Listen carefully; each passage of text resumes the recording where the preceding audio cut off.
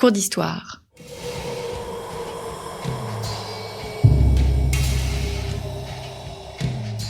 Une émission de la rédaction de Storia Voce.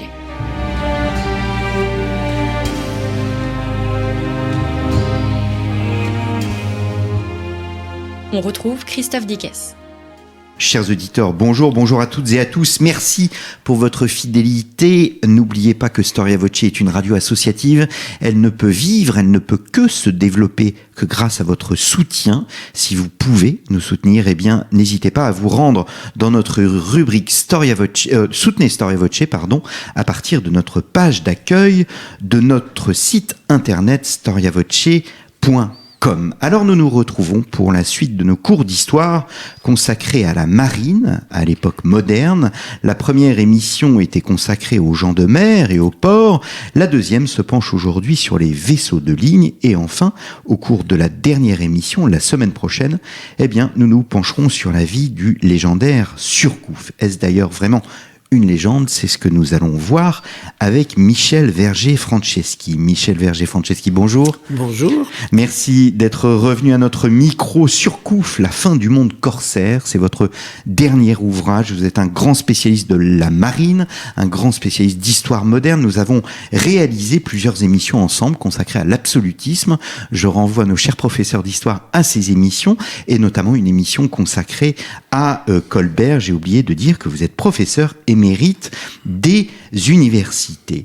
Donc vous revenez cette fois à notre micro afin d'évoquer les vaisseaux de ligne. Quand est-ce qu'apparaissent ces fameux vaisseaux de ligne dans l'histoire moderne? Le vaisseau de ligne, comme son nom l'indique, c'est un bâtiment et c'est donc un instrument qui apparaît vraiment au XVIIe siècle, c'est-à-dire lorsqu'ils vont combattre en ligne. Et donc ce combat en ligne, c'est-à-dire un combat à la queue leu-leu. Et les vaisseaux français, comme les vaisseaux anglais, à partir en gros de 1665, au moment où le futur Jacques II est encore uniquement amiral d'Angleterre sous le nom de duc d'York, les vaisseaux vont prendre l'habitude de se suivre à peu près 120 toises les uns des autres, une soixantaine de mètres, et ils vont se suivre à la queue leu-leu, de façon à pouvoir bombarder l'adversaire avec les canons qu'ils ont sur un flanc, bâbord ou tribord, et puis ensuite on fait des évolutions navales, on se retourne contre l'adversaire qui se retourne lui aussi, et on offre donc à l'adversaire l'autre flanc. On ne peut pas tirer d'un vaisseau de ligne des deux côtés en même temps, parce que sinon, de l'autre côté, il n'y a personne, il n'y a que la mer. Donc, on a ces deux lignes qui sont des lignes de fil, qui se sont substituées grâce à l'artillerie aux anciens combats. Caravelle, galère, caraque, on s'y perd un peu dans toute cette typologie. Ces trois types de bateaux sont à distinguer des vaisseaux de ligne ? Oui, tout à fait. Il faut faire toujours attention, vous avez entièrement raison d'évoquer ces différents noms de bâtiments. Il faut toujours faire attention à l'époque à laquelle on parle. Lorsque on parle de navires portugais, par exemple, au XVe siècle, à l'époque d'Henri le Navigateur, on a des barinelles. Le barinelle, c'est un petit rafio. Vous avez 20 Portugais à bord qui vont aller sur les côtes de l'Afrique pour découvrir le littoral africain, et ces 20 Portugais vont capturer souvent d'ailleurs des Noirs, une dizaine de Noirs, puisqu'ils sont eux une vingtaine. 10 Portugais descendent à terre, ils en capturent 10, ceux qui étaient restés à bord descendent à leur tour à terre, ils en capturent encore quelques-uns, et on rentre comme ceci au Portugal. Le barinelle, c'était minuscule, ça continue avec la caravelle qui va succéder au barinelle.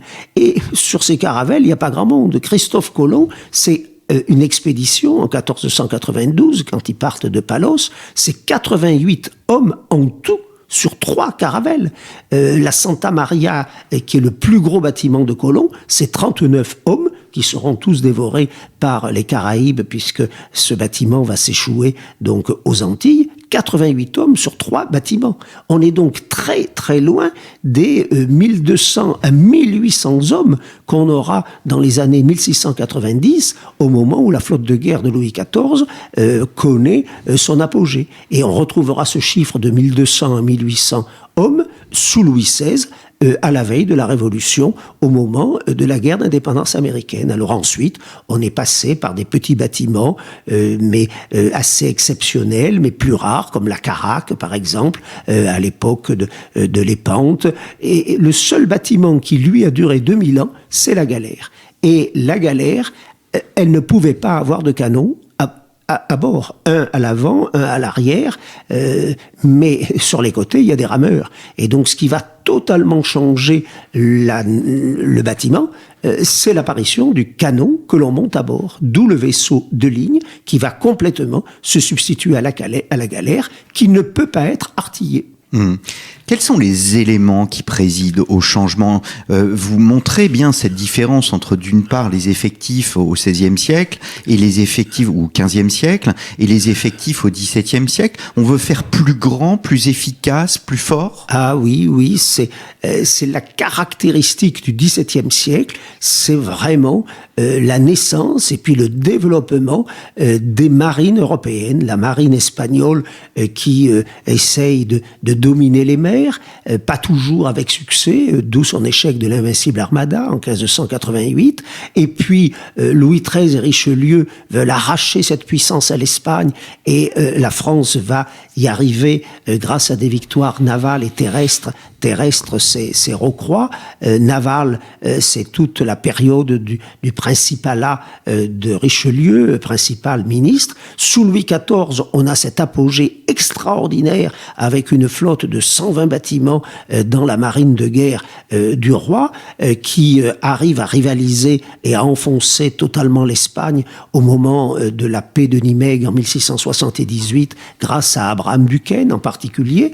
Et puis après, l'Angleterre va petit à petit supplanter la France qui avait supplanté l'Espagne et on va arriver à un XVIIIe siècle qui est un conflit franco-britannique et ce sont les marines qui donnent leur puissance aux États, comme l'avait pressenti Richelieu, et il disait que pour dominer la terre, il fallait dominer la mer, et la bataille de l'Atlantique pendant la Deuxième Guerre mondiale donnera encore raison à Richelieu 3 siècles après, parce que être un grand politique, c'est prévoir justement sur, non pas des décennies, mais des siècles. Faut-il distinguer les bateaux destinés au commerce et ceux destinés à la guerre? Ou dit autrement et de façon peut-être plus nuancée, est-ce que les bateaux commerciaux doivent s'armer? Oui, les bateaux de commerce ont eu tendance à monter à leur bord quelques canons pour défendre ce qui était évidemment précieux à bord, c'était la marchandise.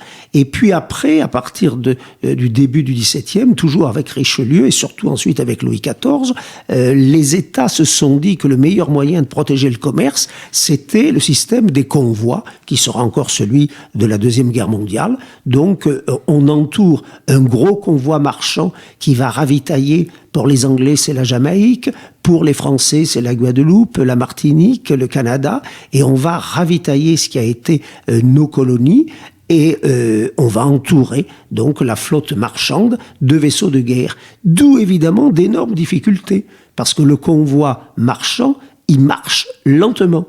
Et le navire de guerre, il va beaucoup plus vite. Donc le navire de guerre est obligé de ralentir sa vitesse pour exercer sa mission, d'où les risques d'être capturé par les Anglais. Et ça explique les malheurs de la guerre de 7 ans entre 1756 et 1763. Est-ce qu'on assiste à une uniformisation des flottes? Est-ce qu'on assiste à une standardisation des pratiques et des techniques? Exactement. Votre question est tout à fait au-delà de pertinente, parce que cette standardisation ne pouvait pas exister au XVIIe siècle. Les constructeurs, c'est quand même incroyable, c'était pas des majors de Polytechnique ou des mathématiciens comme aujourd'hui, ils travaillaient à la routine, comme on le disait du temps de Colbert. Et on avait des familles de constructeurs, comme les Coulon à Toulon, les Hubac à Brest, les Chapelle à Toulon, qui se transmettaient sans faire de plan un savoir, et qui construisaient à la routine des bâtiments absolument exceptionnels qui faisaient la joie, par exemple, d'un Duguay-Trouin, lorsque Duguay-Trouin est devenu officier général, chef d'escadre, puis lieutenant général des armées navales.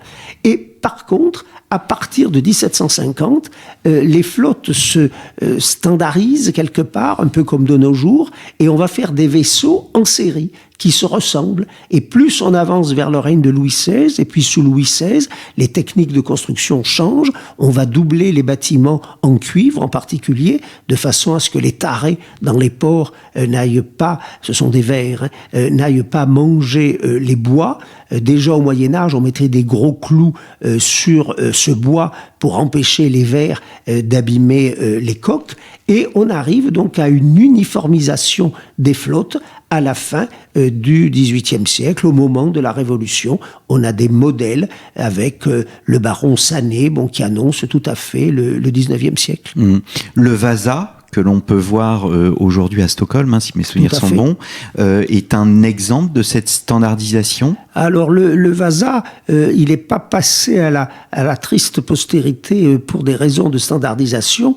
Il est passé à la postérité parce qu'il était trop lourd. Il était tellement orné, l'ornement était d'un poids exceptionnel au XVIIe siècle, parce que le vaisseau, c'est le seul instrument du prestige, de la puissance qu'il a armé, que les îles en particulier, ou que les pays colonisés vont voir. Il faut bien voir que l'Antillais, le Canadien, le Guadeloupéen, la seule chose qu'il va avoir comme représentation du pouvoir de la France, c'est le vaisseau qui arrive. Et donc ce vaisseau qui est chargé de statues, qui est chargé de canons, qui a une figure de proue absolument magnifique, sculptée par un Pierre Puget, qui a un gaillard arrière d'une lourdeur remplie de statues, ce qui est le cas du Vasa, eh bien, c'est un handicap majeur. Et le Vasa, on se croirait devant le petit baigneur de Louis de Funès, il coule le jour de son lancement. Et le pauvre Gustave Adolphe, roi de Suède, le père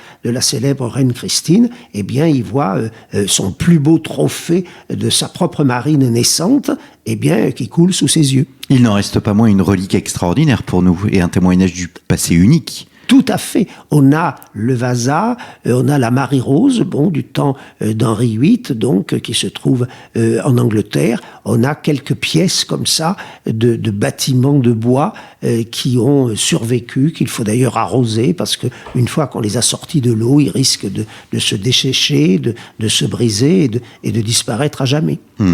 Quels sont, au début de la période moderne, les pays ayant une forte tradition maritime ? L'Espagne, ou plus exactement la Castille, qui est très différente de l'Aragon, l'Espagne a évidemment un passé maritime qui commence avec, c'est plus juste de dire l'Ibérie d'ailleurs que l'Espagne, la péninsule espagnole, disons, ce sont les Portugais qui ont une forte tradition maritime, parce que au XVe siècle, les Portugais, c'est incroyable, c'est 800 000 habitants le Portugal, c'est moins que Marseille aujourd'hui, et donc ces 800 000 habitants qui sont décimés par la peste noire de 1358, eh bien, ils sont pas assez nombreux pour cultiver. Donc, il faut prendre la mer à Lisbonne, à Lagos. Il faut s'embarquer pour aller chercher du monde. Et c'est ça, d'ailleurs, qui est au début de la traite, parce qu'on va aller chercher des Noirs sans aucun racisme que l'on amène au Portugal pour peupler ce tout petit pays. Et le Portugal va développer ce qu'il peut, parce qu'il n'a plus la main-d'œuvre après la peste noire.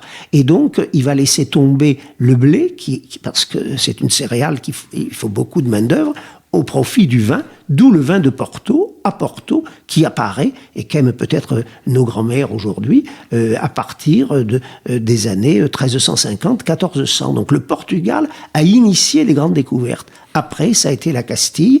L'Aragon, lui, se contentait plutôt des Baléares. L'Aragon regardait la Méditerranée, la Castille regardait l'Atlantique. La France, ensuite, a supplanté avec la Provence, qui est arrivée en France très tard, en 1482-83, sous Louis XI. La Bretagne avait une forte tradition maritime, mais elle n'est devenue française qu'en 1532, donc là aussi c'est très tard. Et puis l'Angleterre a essayé de supplanter tout le monde, et en 1914, un quart du monde est britannique. Donc, au fil du temps, l'Angleterre s'impose comme ayant les meilleurs arsenaux ? Oui, c'est sûr que les arsenaux de Chatham, c'est sûr que la puissance britannique repose sur la marine. Le ministre des Affaires étrangères de Louis XVI, qui était Monsieur de Vergennes, avait une expression assez cruelle vis-à-vis des Britanniques. Et il disait « l'Angleterre est une puissance pirate ». Et c'est vrai que la force du Royaume-Uni est née à partir d'Élisabeth Ier Tudor, la fille du constructeur de la Royal Navy, donc Henri VIII en 1547. Eh bien, Élisabeth, avec les gens comme Drake, avec les gens comme Raleigh, avec les gens comme Hawkins, a donné à l'Angleterre sa puissance maritime et de futures maîtresses du monde. On l'a encore vu il y a une quarantaine d'années avec l'expédition des Malouines. Quelle était la fonction d'un arsenal? Un arsenal accompagne le bâtiment de sa naissance, si je puis dire, jusqu'à son armement? Oui, un bâtiment est construit dans un arsenal sur ce que l'on appelle un chantier. Alors le terme de chantier doit être précisé, c'est tout simplement l'endroit où l'on va commencer par faire la coque. Et donc on commence par mettre la quille, c'est-à-dire la grande poutre maîtresse qui va être un peu l'équivalent de notre sternum dans la cage thoracique. Puis on va mettre ce qui est l'équivalent de nos côtes, c'est-à-dire ce que l'on appelle les couples. Et ces couples sont en bois arrondi que l'on greffe sur cette quille pendant des mois. Puis on va clouer le bordé sur les couples des deux côtés, c'est-à-dire une coque en chêne de facilement 1 mètre, 1 mètre 20 de largeur. Et par conséquent, les bâtiments du XVIIe sont plus solides que le Titanic, parce qu'ils sont véritablement insubmersibles. Vous n'avez aucun coup de canot qui traverse 1 mètre 20 de chêne. Et puis ensuite, on va mettre les mâts qui, eux, sont en sapin, c'est-à-dire des résineux. Ceux des Pyrénées sont trop cassants, donc on va en importer de Russie, donc la Moscovie, et on va surtout, dès 1631, dès Richelieu, faire cette alliance avec la Suède, qui va rester la plus longue alliance que la France ait eue avec un pays, tout simplement à cause des forêts scandinaves, à cause des pins, à cause de la résine pour calfater les coques des vaisseaux. Et l'Arsenal construit le vaisseau. Ensuite, il va être obligé de l'entretenir lorsque le bâtiment va venir désarmer. Et on a des vaisseaux sous Louis XIV et Louis XV qui durent une 60aine d'années. Donc, l'arsenal et le bâtiment de guerre, c'est vraiment un mariage avec des noces de diamants. Combien de temps faut-il pour construire un bateau, un vaisseau de ligne? Pour construire un vaisseau de ligne, alors c'est un peu une réponse à la Fernand Reynaud, c'est-à-dire il faut un certain temps, parce que tout dépend déjà du maître constructeur, tout dépend du nombre d'ouvriers que l'on va pouvoir venir engager. Est-ce qu'on est en temps de paix? Est-ce qu'on est en temps de guerre? On va plutôt construire en temps de paix pour préparer la guerre. Mais il faut beaucoup de temps. Richelieu, pour construire la flotte, pour qu'elle soit opérationnelle à partir de 1635, date où Louis XIII déclare la guerre au roi d'Espagne, il s'y est pris dès 1624. Donc on a mis 11 ans pour construire une flotte de guerre opérationnelle. Colbert commence en 1661 et la guerre de Hollande ne commence qu'en 1672. Il faut là aussi 11 ans pour construire la flotte de Colbert et de Louis XIV. Et au début, on n'était pas sûr que cette flotte puisse faire le poids face et à l'Espagne et aux Hollandais. D'où l'alliance, qui est assez rare, avec l'Angleterre. Louis XIV s'est dit, je vais avoir besoin de la flotte de mon cousin germain Charles II, et ça a été le cas de 1672 à 78. Ensuite, ça va aller plus vite, du temps de Choiseul en particulier, sous Louis XV, et puis du temps de Sartine, sous Louis XVI, et sous le maréchal de Castres. On a les flottes de la guerre d'Amérique qui sont construites dans des délais plus raisonnables. Cela coûte cher, un bateau ? 1 million de livres, ce qui est une somme considérable, puisque un chiffre seul n'a jamais aucune signification, et donc un enseigne de vaisseau gagne 600 livres par an. un lieutenant de vaisseau 1000 livres par an, un capitaine de vaisseau jeune 1800, vieux 2400, et il faut commencer à être un officier général, c'est-à-dire un chef d'escadre, que l'on appelle contre-amiral depuis 1792, pour commencer à gagner 6000 livres par an, lieutenant général comme Duguay-Trouin 12 000, et il n'y a que 2 vice-amiraux de France qui gagnent chacun 18 000. Donc si vous allez de la solde de l'enseigne de vaisseau 600 livres jusqu'au prix du vaisseau 1 million de livres, ça vous représente des sommes astronomiques. Nous ne l'avons pas, nous ne sommes pas posé la question la semaine dernière, mais puisque vous parlez des différences de salaire, est-ce que l'ascenseur social fonctionne dans le monde maritime ? Oui, alors c'est un peu pour ça d'ailleurs que j'ai toujours voulu travailler sur la marine, parce que la marine c'est un merveilleux exemple de promotion sociale. Et aujourd'hui on dit que l'ascenseur social est en panne. Quand on pense que Jean Bart était le fils d'un pêcheur et qu'il a fini chef d'escadre, c'est-à-dire contre-amiral, quand on pense que Duguay-Trouin était le fils d'une veuve qui n'était pas très aisée à Saint-Malo, et il est entré dans la marine à 15 ans, au même âge que son cousin Surcouf, et qu'il a fini, lui aussi, Duguay-Trouin, lieutenant général des armées navales, quand on pense qu'Abraham Duquesne, qui est le plus célèbre officier général de la marine de Louis XIV, était le petit-fils d'un cordonnier, on n'a pas beaucoup aujourd'hui à l'école navale ou à Polytechnique de petits-fils de cordonniers. Alors je reviens sur les bateaux avec peut-être une dernière question. En dehors des États, qui achète des bateaux et est-ce que cela constitue un investissement rentable ? Oui, tout dépend évidemment de ce que l'on va faire du navire et tout dépend des marchandises et des cargaisons que l'on va mettre à bord. Ceux qui achètent des bateaux, ce sont essentiellement les corsaires qui vont en construire, comme Surcouf par exemple, sur les chantiers de Solidor à Saint-Malo. Et si c'est pour faire du commerce de marchands, transporter des marchandises françaises jusqu'aux îles Martinique et Guadeloupe, ça n'est pas forcément extrêmement rentable. On va ramener du sucre, du café, du coton, c'est du chocolat, c'est certain, ça rapporte. Si on se met à faire de la traite négrière, ce qui est le cas de Surcouf, alors là, on finit comme Surcouf avec une fortune qui est l'égale de 4 fois le prix du château de Combourg lorsqu'il meurt en 1827. Et Surcouf, il a voulu restaurer la fortune de sa famille. Son grand-père était déjà capitaine négrier et la fortune de son grand-père, 500 000 livres, ayant été divisée entre 10 de ses presque 17 enfants, plusieurs sont morts au berceau, le père de Surcouf n'avait plus que 50 000 livres au lieu de 500 000, et donc Surcouf a voulu rebâtir une fortune. C'est sûrement ce qui rapporte le plus, d'où l'essor de Bordeaux et l'essor de Nantes, qui sont les 2 grands ports négriers du XVIIIe siècle.